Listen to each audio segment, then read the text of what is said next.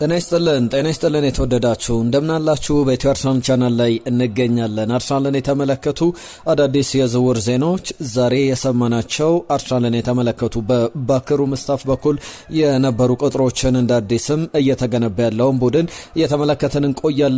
የሚለቁ የሚመጡ ተጫዋቾችን በተመለከተ አዳዲስ ጉዳዮችን የነገርናችሁ እንቆያለን። የእናንተን ሀሳብ አስተያየቶችም እንቀበላለን። ትናንትና በርከት ያሉ ጉዳዮችን አንስተናል። መልእክቶቻችሁም መተውልናል። መለስ ብለን የናንተን ሀሳቦች እናስተናግዳለን። ከአርሰናል ጋር በተያዘ በ2026-27 የውድድር ዘመን ለሚኖረው የውድድር ፉክክር አጠቃላይ የሊጉ ጉዞ በቻምፒየንስ ሊግም በጣም ተቀዛቅዟል። አጀማመሩ እንዴት ነው የሚያስብሉ ጥያቄዎችን እየተመለከተን እንገኛለን። እናንተስ በዚህ ጉዳይ ላይ የምታነሷቸው ሀሳቦች ካሉ አካፍሉን። ጋሪ ኔቭል አንድ ጉዳይ ያነሳል። እንደ ሻምፒዮን እንደ አሸናፊ ቡድን አርሰናል ኢንቨስት እያደረገ አይደለምና አካሄዱ አልገባኝም የሚል ሀሳብ ያነሳል። በትክክልም የብዙ አርሰናል ደጋፊዎች ስጋት እንደሆነ ይነገራል። ይህ ጉዳይ በስፋት እንመለከተዋለን። ከዛ ውጪ ዝውውሮች ላይ የበለጠ ትኩረት አድርገን የምንመለከታቸው ጉዳዮች አሉ። ጋብሪኤል ማጋሌሽ ከሃርሊንግ ብራውት ሃላንድ በብራዚል ብሔራዊ ቡድን በኩል የአርሰናልን ፍልሚያ የሚያስታውስ ጨዋታ ያከናውናሉ። ዛሬ የሚደረግ ጨዋታ ነው። ስለዚህ መርሃ ግብር ጥቂት ነጥቦችን እናነሳለን። ሌሎች አጫጭር ጉዳዮችንም ይዘናል። ሀሳብ አስተያየቶቻችሁን ጻፉልን። ይህንን ቪዲዮ ግን ላይክ አድርጋችሁ ጀምሩ፣ አግዙን። በጋራ ይህንን ቻናል አብረን ማሳደግ አለብን። ትናንትና በዚህ ጉዳዮች ላይ ያነሳናቸው እናንተም የተሳተፉ ባቻቸው ጉዳዮች አሉ። መለስ ብለን እናቀርበዋለን። ከዛ ውጪ አንድ ጥያቄ አስቀድሜ ላቅርብላችሁ። በጣም ከበድ ሊል ይችላል። ለሪያል ማድሪድ፣ ለአርሰናል፣ ለማንቸስተር ሲቲ፣ ለቶትናም የተጫወተ ተጫዋች እስቲ ለነዚህ አንድ ተጫዋች ብቻ ነው ያለው። ለሪያል ማድሪድም፣ ለአርሰናልም፣ ለቶትናምም፣ ለማንቸስተር ሲቲም የተጫወተ ይህ ተጫዋች ስሙ ማን ነው? ስሙን በአሳብ መስጫው ላይ ጻፉልኝ። እኔ መጨረሻ ላይ ምላሹን ሰጥቼ ያልፍበታለሁ። በቀጥታ ወደ ጉዳዮቻችን እናልፋለን። የዓለም እግር ኳስ ላይ ብራዚል ከኖርዌይ በ16ቱ ጥሎ ማለፍ ውስጥ የሚያደርጉት ጨዋታ አለ። በዚህ ጨዋታ ላይ ጋብሪኤል ማጋሌሽ ሃርሊንግ ብራውት ሃላንድ ጋር ይፋለማል። በተቃራኒ የሚጫወቱበት ጨዋታ ነው። ለኖርዌይ እና ለብራዚል ብሔራዊ ቡድን አንዱ አጥቂ አንዱ ተከላካይ ሆነው ባለፉት ዓመታት በማንቸስተር ሲቲ የሁለቱ ባትሎችን በአርሰናልና የሲቲ ጨዋታ በኤምሬትስም በኤታድ ስቴዲየምም በሁሉም ውድድሮች በተገናኙባቸው መድረኮች ሁሉ ፉክክራቸው የሁለቱ ተጫዋቾች ባትል በደንብ የሚናገር ነው። 2022 ላይ ማንቸስተር ሲቲ ያደረገውን ጨዋታ እናስታውሳለን። በተለይ ሲቲን ከተቀላቀለ ጀምሮ ሃላንድ ከአርሰናል ጋር በሚኖሩ ጨዋታዎች ላይ ከጋብሪኤል ጋር በተቃራኒ ለመተናነቅ ግድ ሆኖበታል። ሴፕቴምበር 2024 ላይ የተደረገው የአርሰናልና የሲቲ ጨዋታ ላይ ሲቲ በጆን ስቶንስ ያለቀ ደቂቃ ግብ አቻ የሆነበትና አርሰናል ረጅም ደቂቃ ሊያንድሮ ትሮሳር በቀይ ወጥቶ በጣም አነጋጋሪ የነበረ መርሃ ግብር እንደነበር እናስታውሳለን። ያ ጨዋታ ላይ ሃላንድ በመጨረሻው ደቂቃ ላይ ግብ ሲቆጠር ኳሷን አንስቶ ጋብሪኤል ማጋሌሽን ፊቱን በኳስ መምታቱ አንድ አጋጣሚ ነበር። ከዛ ውጪ አሰልጣኝ ሚኬል አርቴታን ስቴይ ሃምብል ብሎ የተናገረው ንግግር ሁሌም የሚዘነጋ አይደለም። ጋብሪኤል ከዛ በኋላ ሲጠየቅ የእግር ኳስ ነው ያጋጥማል ብሎ ነገሩን አልፎት ነበረ። ከአርሰናል ጋር በተያዘ ዶሚኔት ያደረገው ከዛ በኋላ የነበረውን ከወራት በኋላ የነበረውን የኤምሬትስ ስቴዲየም ደግሞ ጨዋታ እናስታውሳለን። 5-1 በሆነ ውጤት አርሰናል አሸንፎ ነበር። የሁለቱን ትንቅንቅ ግን ዛሬ በብራዚል ብሔራዊ ቡድን ዋነኛ ትኩረት ሆኖ እንመለከተዋለን። ኖርዌይ ብራዚል ጨዋታቸውን ያደርጋሉ። እዚህ ጨዋታም ላይ ሀሳባችሁን ልታካፍሉን ትችላላችሁ። ሌላኛው ጉዳያችን የጋብሪኤል ማርሴሊና የሊያንድሮ ትሮሳርድ ጉዳይ ነው። ሊያንድሮ ትሮሳርድን በተመለከተ አርሰናል ከቤሺክታሽ ጋር ስምነት ላይ ደርሷል። ሊያንድሮ ትሮሳርድን ለመሸጥ ሊያንድሮ ትሮሳርድ በአርሰናል ቤት 174 ጨዋታዎችን አድርጓል። 36 ግቦችን አስቆጥሯል። 34 ለግብ የሆኑ ኳሶችን አመቻችቶ አቀብሏል። የአንድ የኮሚኒቲ ሺልድ ዋንጫ አለው። ከዛ ውጪ አንድ ደግሞ የፕሪሚየር ሊግ ዋንጫን በእነዚህ አጭር ዓመታት በአርሰናል ስኬታማ ጊዜን ሲያሳልፍ ተመልክተናል። በአጠቃላይ 20 ሚሊዮን ዩሮ የሚከፈልበት ክፍያ ነው። አርሰናል ለዚህ ተጫዋች 20 ሚሊዮን ዩሮ ይቀበላል። ከዛ ውጪ አዶንስም ጭምር አጠቃላይ ክፍያው ነው።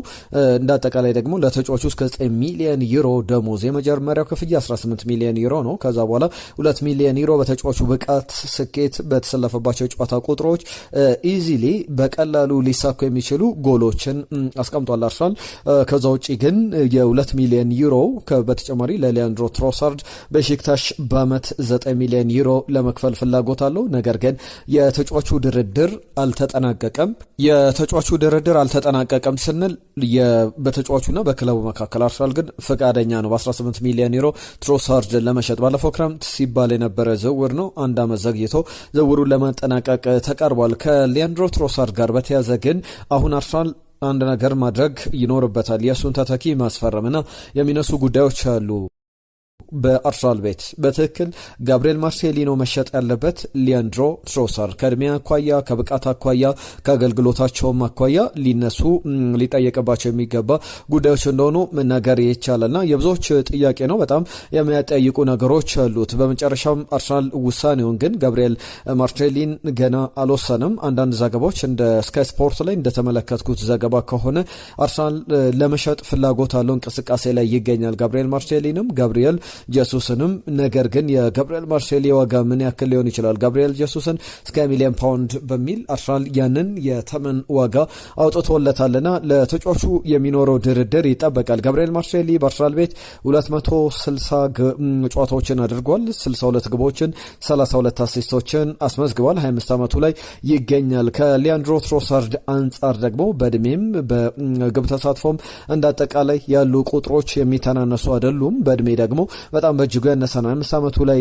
መገኘት ማለት በሚቀጥሉት ቢያንስ 5 ዓመታት አርሰናልን በደንብ ጥሩ ብቃት ማገልገል ይችላልና ያንን እየተመለከትን እንገኛለን። ከአርሰናል ጋር በተያዘ በእርግጥ የክሪስቶስ ዞሌስ ጉዳይ ከሊያንድሮ ትሮሳርድ መስማማት ጋር በተያዘ በሼክታሽ ጉዳዩን እንደያዘው የሚያሳዩ ዘገባዎችን ተመልክተናል። ምክንያቱም ሊያንድሮ ትሮሳርድን የሚያገኝ ከሆነ ክሪስቶስ ዞሌስ ከአርሰናል ጋር ስሙ ሲያዝ የነበረ ተጫዋች ከቤልጅየም ሊግ ከክለብ ብሩገ ወደ አርሰናል ሊመጣ የሚችልበት ሰፊ እድል አለና ያንን በተመለከተ ሙከራዎች እንደሚኖሩ ይጠበቃል። ሊያንድሮ ትሮሳርድ የ31 ዓመቱ የግራ መስመር አጥቂ የግራ መስመር ቦታ ላይ በአጥቂነት የምንመለከተው ተጫዋች በአጭር ጊዜ ደግሞ ሌላ ዝውውር አድርጎ ልንመለከተው እንችላለን። ወደ አርሰናል ለቆ ዞሊስ ደግሞ የሱ ተተኪ ሆኖ ወደ አርሰናል ሊመጣ ይችላል። ነገር ግን ጋብሪኤል ማርሴሊ ነው መሸጥ ያለበት ሊያንድሮ ትሮሳርድ።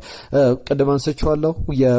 የማርሴሊ ቁጥሮች 260 ጨዋታዎች፣ 62 ግቦች፣ 32 አሲስቶች ናቸው። ከጋብሪኤል ማርሴሊ ወጣ ብለን የሌላኛው ዝውውር የትሮሳርድ ጉዳይ ነው። ትሮሳርድም 174 ጨዋታዎችን አድርጓል። 36 ግቦች፣ 34 አሲስቶች፣ አንድ ኮሚኒቲ ሺልድ፣ አንድ የፕሪሚየር ሊግ ዋንጫን ማሳካቱ ይታወቃልና በቀጣይ ጊዜያት ላይ ድርድሮቹ ወዴት ሊያመሩ ይችላሉ፣ ምን አይነት ነገሮች ይጠበቃሉ የሚለውን እየተመለከትን የምንቆይ ነው የሚሆነው። ቀደም ያነሳውላችሁ በአርሰናል፣ በቶትናም፣ በሪያል ማድሪድ፣ በማንቸስተር ሲቲ የተጫወተ ተጫዋች አንድ ተጫዋች አለ። ስሙን ጥሩልን እያልኩ ነበረ።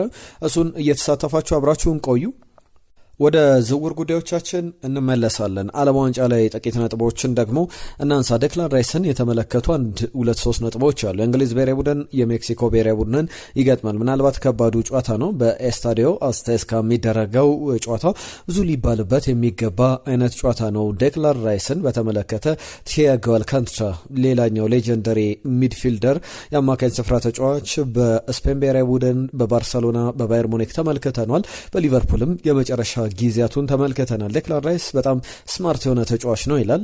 ዲዛይሩ፣ ፍላጎቱ፣ ከዛ በተጨማሪም የተሻለ ተጫዋች ለመሆን ሁሌም ይሞክራል። እንዲያሻሽል የምትነግረው ነገር ካለ ለማሻሻል ሁሌ ዝግጁ ነው። ወደፊት ለመግፋት ሁሌ ዝግጁ ነው። ለጨዋታዎች ሁሌ ዝግጁ ሆኖ ጨዋታዎችን የሚያነብበት መንገድ ኤክሰለንት የሚባል ነው። ሴት ፒሶቹ፣ የቆሙ ኳስ አጠቃቀሙ፣ ፊዚካሊቲው በጣም ጥሩ ነው። ከኳስ ጋር የተመቸ ነውና ኳስ ሲቀበል ፖሴሽን ላይ ከተመለከትከው ኳስ እየገፋ ወደፊት መሄድ የሚወድ አይነት ተጫዋች ነውና ስለሱ አድናቆቱን ሲገልጽ ተመልክቻለሁ። ፖል ሜርሰን ደግሞ ይታወቃል ዴክላን ራይስን በተመለከተ 15 ደቂቃዎችን ወይም ደግሞ ከዛ በላይ በራይት ባክ ቦታ ላይ ከዲሞክራቲክ ሪፐብሊክ ኦፍ ኮንጎ ጋር ተጫውቷል። የሚገርም ብቃትን አሳይቷል። በዛ ቦታ ላይ የእንግሊዝ ብሔራዊ ቡድን ችግር ውስጥ በገባበት ሰዓት ላይ የወሰነው ውሳኔ እንደነበረ ያነሳል።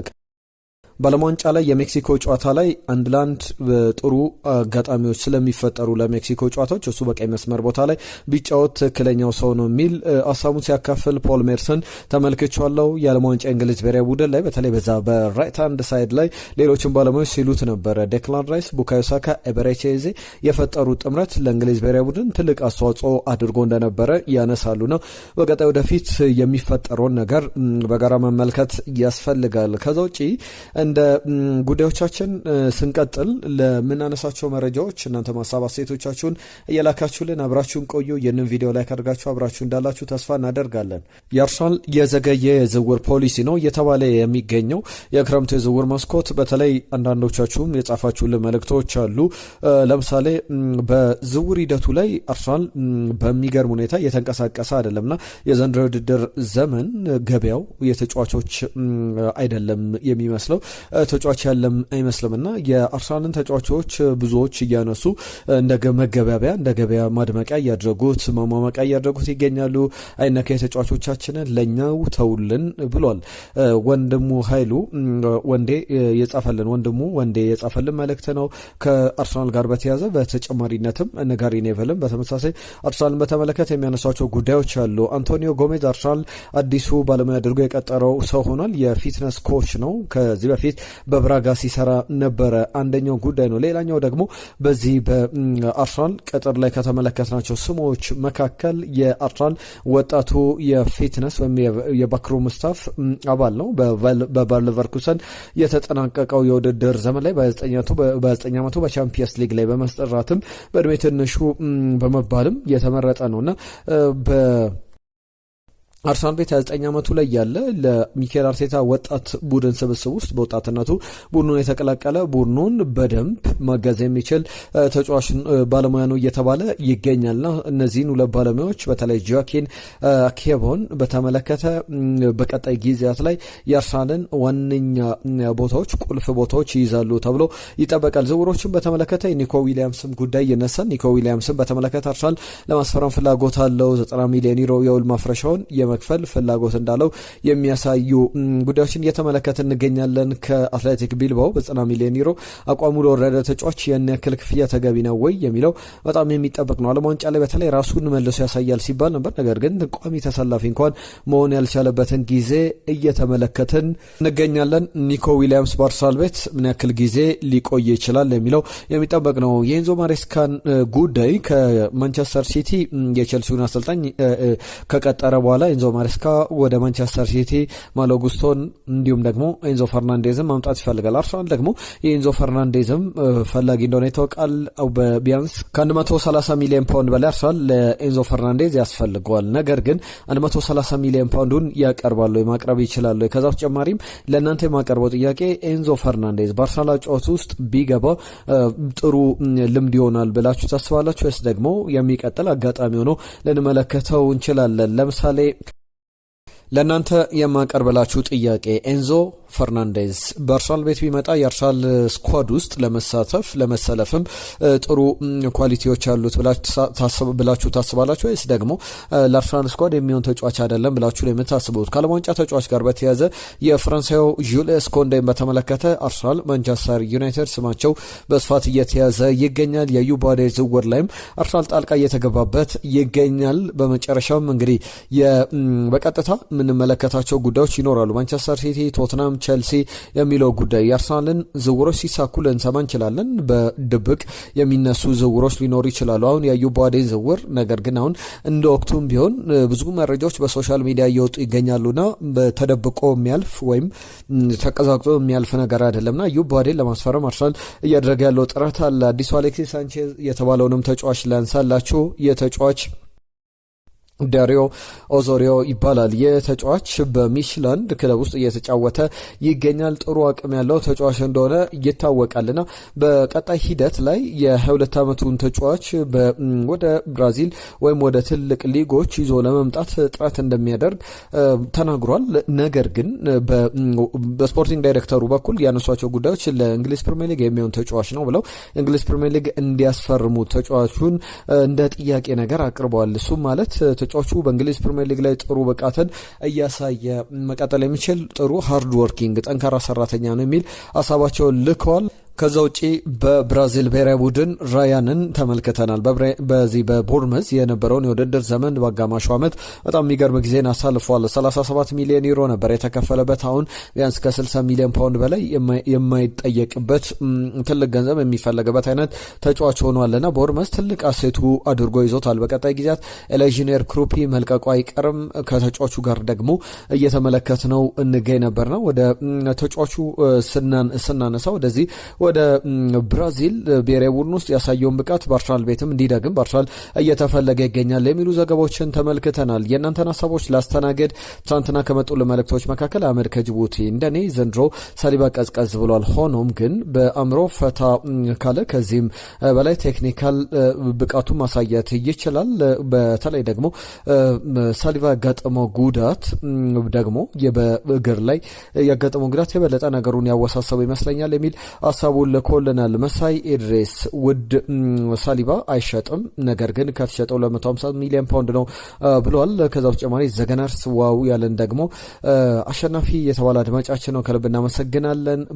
ፓማ ባይም የጻፈልን መልእክት አለ። ከልብ እናመሰግናለን። ይሆን የሱፍ መሐመድ የጻፈልን ሀሳብ አለ። በተለይ ደግሞ አንድ ሀሳብ በጣም በትክክለኛ መንገድ የተጻፈ ነው ከየሱፍ መሐመድ ጋር በተያዘ የኛዎቹ ሰዎች በደንብ እየተመለከቷቸው ያሉ ዝውውሮችን በተመለከተ ያነሳቸው ሀሳቦች አሉ።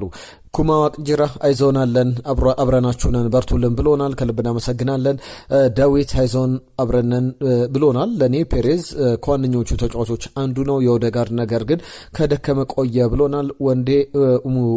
ወንድሙ ወንዴ የጻፈልን መልእክት አለ። እሱን መልእክት አንስተናል። ቅድምም ምላሽ ለመስጠት ሞክረናል። ሁሉም የዛሬ ጉዳዮቻችን እዚህ ላይ ይጠናቀቃሉ። አብራችሁን ስለነበራችሁ ጊዜያችሁን ስለሰጣችሁን ሀሳብ አስተያየቶቻችሁን ስለጻፋችሁልን ከልብ እናመሰግናለን። ይህንን ቪዲዮ ላይክ፣ ሼር፣ ሰብስክራይብ አድርጉ። ጤና ይስጥልን።